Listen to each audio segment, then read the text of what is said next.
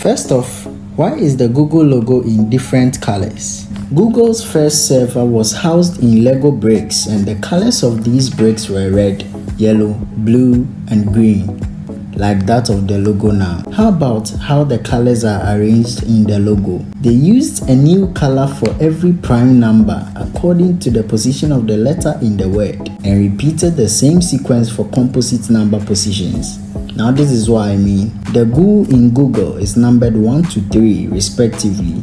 This means all these letters will get different colors because they are prime numbers. The fourth, which is the G, repeats the sequence because it is a composite number, which means it gets the same color as the first letter. The L, which is a fifth position, a prime number, gets a different color, and the last E, because of the sixth position, which is a composite, follows the sequence and takes the same color as that of the second letter. Therefore, every prime number gets a new color, and every composite number follows the color trend of the prime numbers. What is this part of the sneaker called, and what is it used for? It is usually called a shoe pull strap or tab. It's a tab of material that extends above the heel counter of your running shoe, boots, or sneakers. Its prime purpose is to make pulling your shoe on or off easier. Sometimes if the sneaker is a close fit, putting it on may be stressful. That's where the pull tab comes into play. While putting your shoes on, you need to pull it back to create some gap for the heel to slide into the sneaker smoothly. So that is what the shoe pull tab is used for. Newborn babies don't shed tears. Newborn babies don't shed tears because their tear ducts are still developing after birth. It's normal for them to shed tears during the first few months of their life. Most babies start crying tears around 2 weeks of age, but some can take longer, like a month or 2. That's when their tear ducts open up. No wonder why they express their emotions by crying loudly. Have you now seen the reason why some babies scream and cry without a tear dropping? Talk about crocodile tears.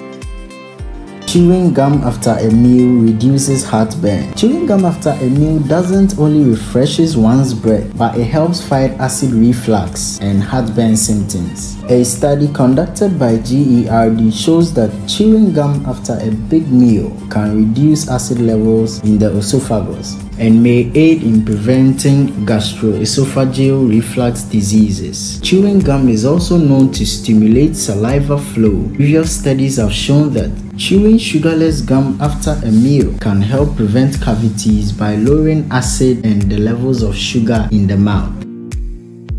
Taking a nap could save your life. Taking a nap does more than just to improve your mood. Research has it that a midday nap can make you more creative, focused, and refreshes you for the rest of the day. A nap helps you to avoid the negative health effects of sleep deprivation. Research suggests that napping for 20 to 30 minutes in the early afternoon can do a lot to help you recover from not sleeping enough the night before.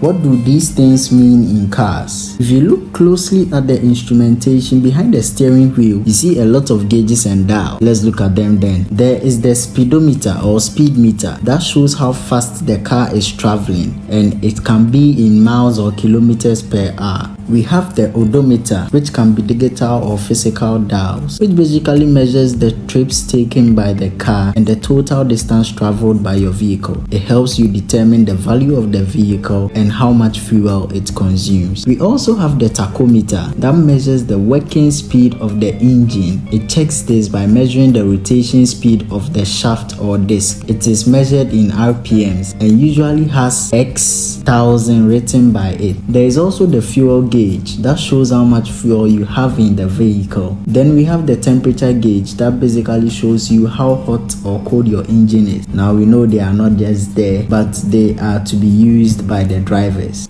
And we see these symbols on our chargers and other gadgets. How important are they? CE is a French phrase that means European conformity. The manufacturer puts this on the gadget sold anywhere in the European market as a declaration that the product meets European health, safety, and environmental protection laws. It also indicates that the producer has tested the gadget and it's safe for use. UL is similar to the CE, except that it is used by the American manufacturers to show device or gadget has been tested tested and safe for usage. EAC is also similar to CE, just that it shows certification of gadgets in Russia, Belarus, Armenia, etc. Square in a square indicates that the device is double insulated, usually with an outer cover reducing risk of electric shock. A little house, sometimes with an arrow. This shows the user that the device is meant to be used indoors only. And then the trash can with an X. This means the device shouldn't be thrown away in the trash, but should be sent to any nearest gadget shop to be recycled. Thanks for watching. You can click the video on the left or right to help support the channel, and you would also get to learn a lot more. We'll catch you in the next one. Stay safe.